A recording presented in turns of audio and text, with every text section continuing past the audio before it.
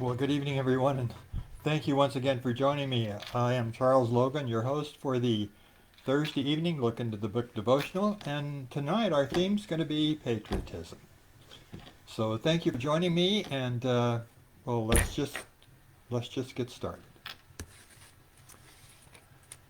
You know, Thomas M. Smith, and by the way, he's professor in the Department of Environmental Sciences at the University of Virginia, and this is a quote by him. He said, "This country has not seen and probably never will know the true level of sacrifice of our veterans.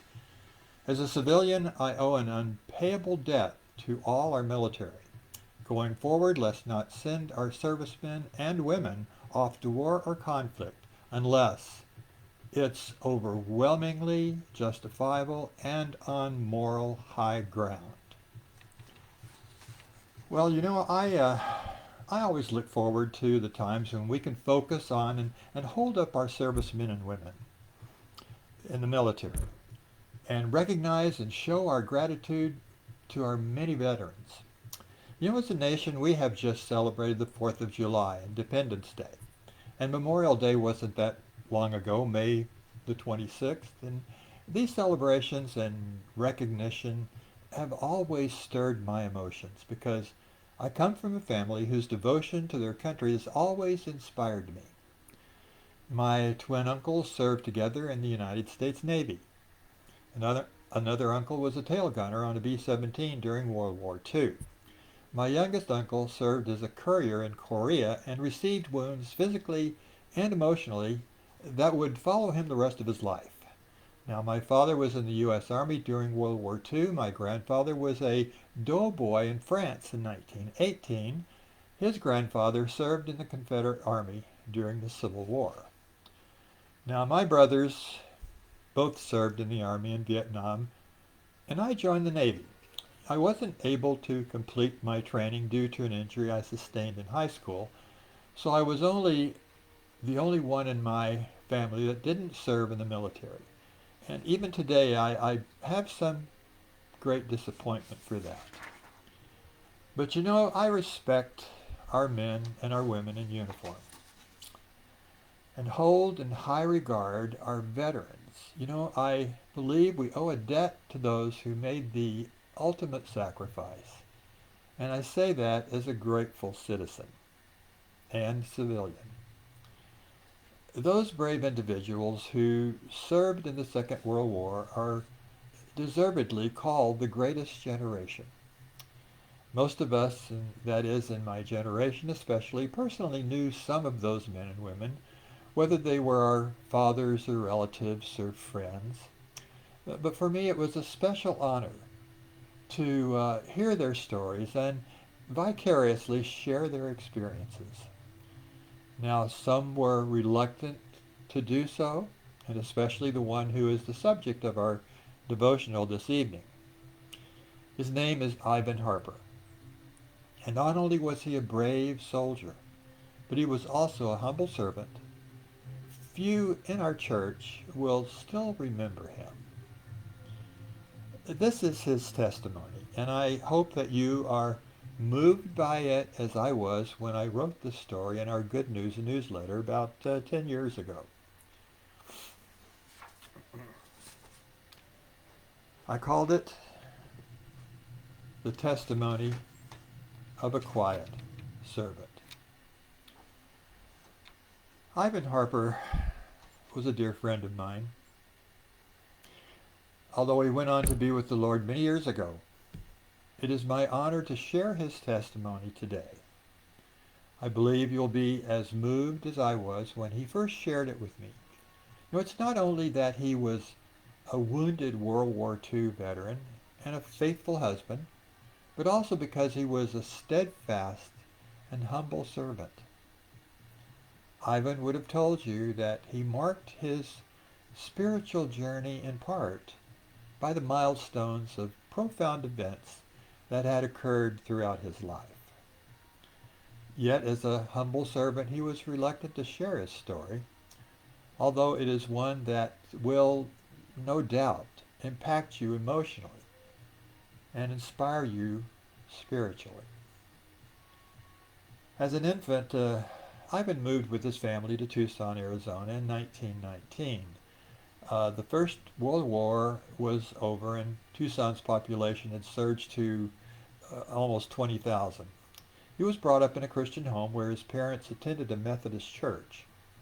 His father, however, preferred the fiery sermons of a Church of the Nazarene preacher down the street, and at 13 years old, this is where Ivan made his public profession of faith. As a young man growing up in Tucson, Ivan admits that his faith took a back seat in the years before and during the Second World War. But God did not abandon him because one of those spiritual mileposts was just around the corner. In 1944, in northern France, Ivan was chosen to lead a reconnaissance patrol.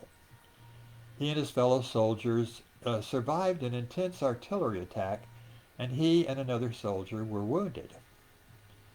Night was falling. Being unable to make it back to their aid station, they waited for morning to try it again. When they tried to move in the direction of their aid station the next morning, the quietness of the morning was shattered by machine gun fire. His friend was killed instantly, and Ivan was hit 3 times. As he lay there in that dark, lonely pit of despair, bleeding and helpless, and knowing that his life would surely end at any moment, he prayed, once again committing his life into God's hands. He recalls that a German soldier stood over him, pointing his rifle at his head. But instead of pulling the trigger, he ordered that Ivan be taken to their own aid station. His prayer had been answered, and he knew that God had more for him to do. Ivan underwent a long and painful, if incomplete, treatment of his wounds in the German hospitals, and then he was placed in a prisoner of war camp. Over time, he was moved, along with the other prisoners, to camps that were closer and closer to Berlin. The Allies were closing in from 3 different directions. Ivan found himself as a prisoner in a war camp that was just outside of Berlin. The lines were moving steadily closer to the outskirts of the German city. The hopes of their liberation was shattered by indiscriminate Russian machine gun fire. The prisoners huddled close to the floor as bullets slammed into and shattered the flimsy walls of the building that they were being kept in. Once again, Ivan put his life into God's hands.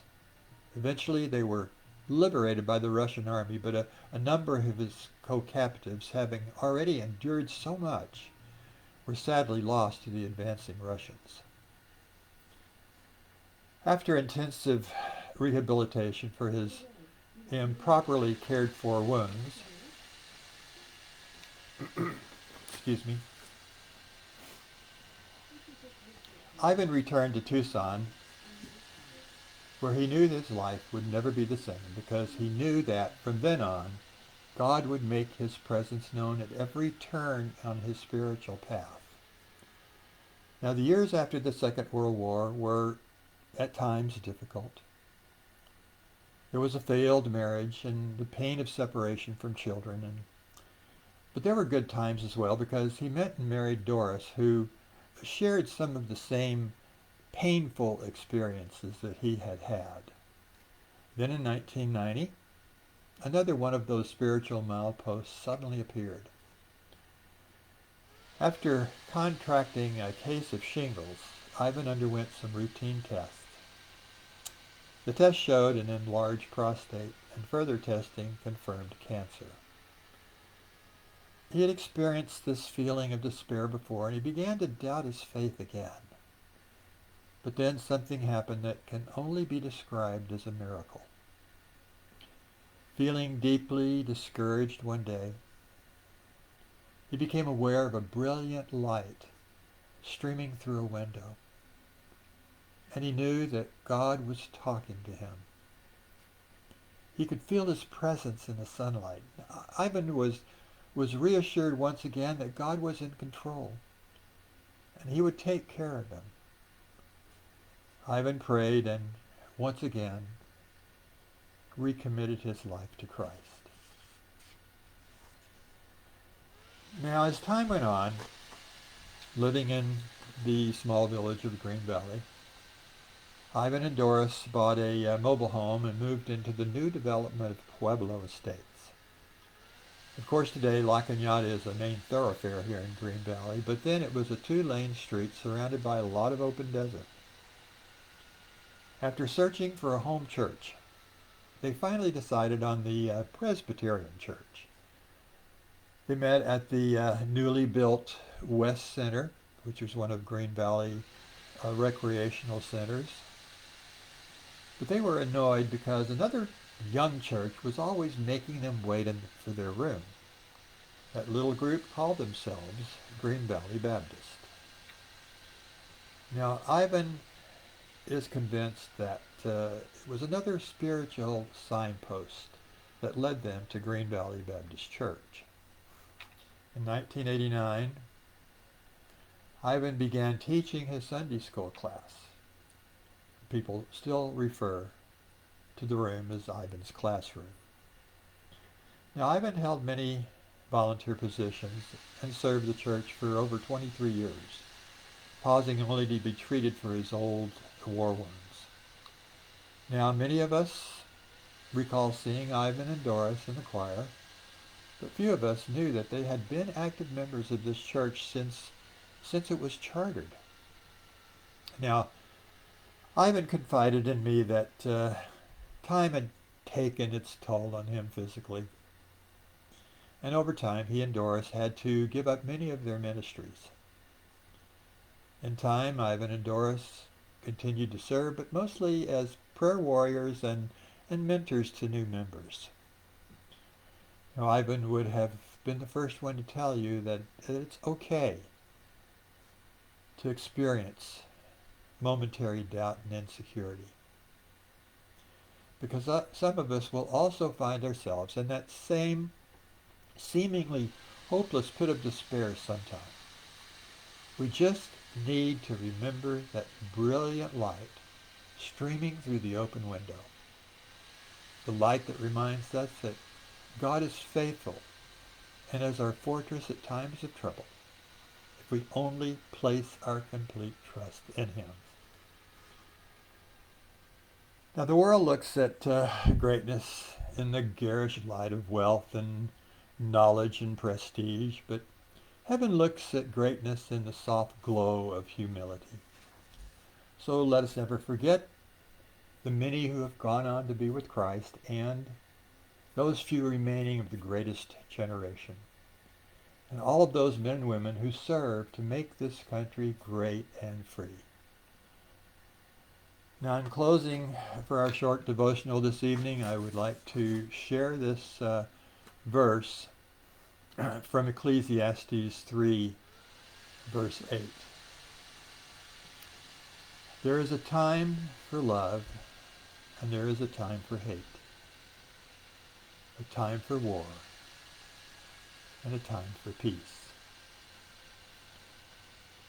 Let's pray for peace. Well, thank you everyone for joining me tonight for this short devotional. I hope that you've been able to get something of value from it. As I said, I truly